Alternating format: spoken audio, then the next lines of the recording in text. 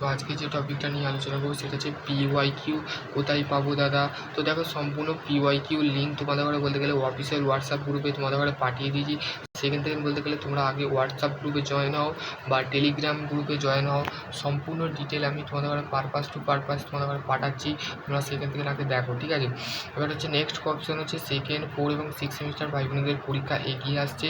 তো সেই ক্ষেত্রে সিলেবাসের প্যাটার্ন কিন্তু বলতে গেলে অলরেডি অনেক স্টুডেন্ট আপনার কাছে যে সমস্ত ছাত্রছাত্রী কোচিংয়ে পড়তে আসে সেই সমস্ত ছাত্রছাত্রী বলতে গেলে তারা বলতে গেলে অলরেডি হোল সিলেবাস কমপ্লিট করে ফেলেছে। তো সেই ক্ষেত্রে তোমাদেরও বলতে গেলে উচিত হবে তোমরাও বলতে গেলে সিলেবাস কমপ্লিট করো, কভার করো, তারপরে বলতে গেলে আমাকে কমেন্ট করো, ঠিক আছে।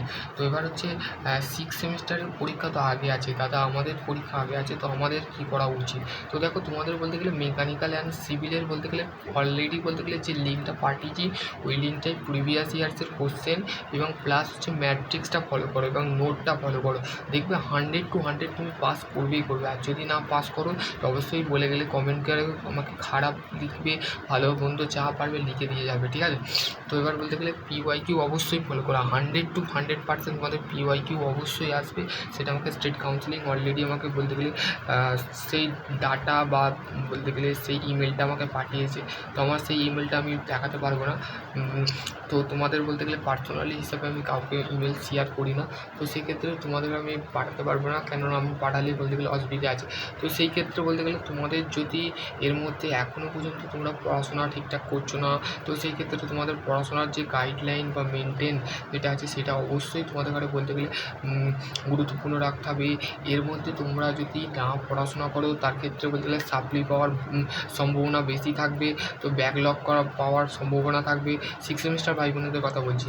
এবার বলছি নেক্সট হচ্ছে সেকেন্ড, ফোর্থ। এবার সেকেন্ডের ক্ষেত্রে বলতে গেলে অলরেডি যাদের ফার্স্ট সেমিস্টারের রেজাল্ট বেরিয়েছে তাদের অলরেডি 500 থেকে 600 জন ছাত্রছাত্রী ফেল করেছে। তো সেই ক্ষেত্রে বলতে গেলে তাদের রিভিউ ভেরিফিকেশান 6 তারিখ, আজকে হচ্ছে 4 তারিখ। তো সেই ক্ষেত্রে বলতে গেলে তোমাদের রিভিউ ভেরিফিকেশান আর 2 দিন বাদ হবে। তো 6 তারিখে করবে না, 7 তারিখে মেনলি করবে, ঠিক আছে। এবার হচ্ছে তোমাদের বলতে গেলে যে সমস্ত ছাত্রছাত্রী এখনও বলতে গেলে আমার চ্যানেলের সাথে যুক্ত হওনি বা এখনও পর্যন্ত তোমাদের বলতে গেলে তোমাদের এখনও কোশ্চেনের পর কোশ্চেন যদি থাকে তো অবশ্যই কমেন্ট করে কমেন্ট বক্সে কমেন্ট জানাবে, ঠিক আছে। তো আমি তোমাদের রেগুলার কেন আপডেট দিচ্ছি, সেই ক্ষেত্রে বলতে গেলে সমস্ত ছাত্রছাত্রীকে দেখছি তারা বলতে গেলে পড়াশোনার দিক থেকে বলতে গেলে খুবই বলতে গেলে টাইট বলে ক্লান্ত, কিন্তু বলতে তাদের পড়াশোনার দিকটা সেটা কিন্তু বলতে গেলে অলরেডি খুবই নর্মাল টাইপের হচ্ছে। তো সেই ক্ষেত্রে বলতে গেলে স্বাভাবিক সেলফ স্টাডি যারা করছো করো বা কোচিং থ্রু পড়াশোনা করছো করো, কিন্তু পড়াশোনার স্যাররা তোমাকে বলতে গেলে সেই খিদেটা তোমাকে দিচ্ছে, কিন্তু গ্রহণ করার দায়িত্ব কার, তোমার না।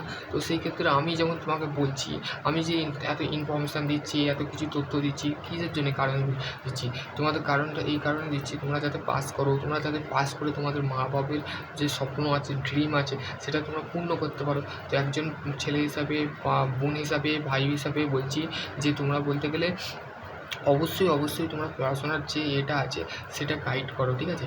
আশা করছি তোমাদের যদি এরপর যদি তোমাদের কোনো হেল্প লাগে বা সাহায্য লাগে তো অবশ্যই তো আমি আছি না।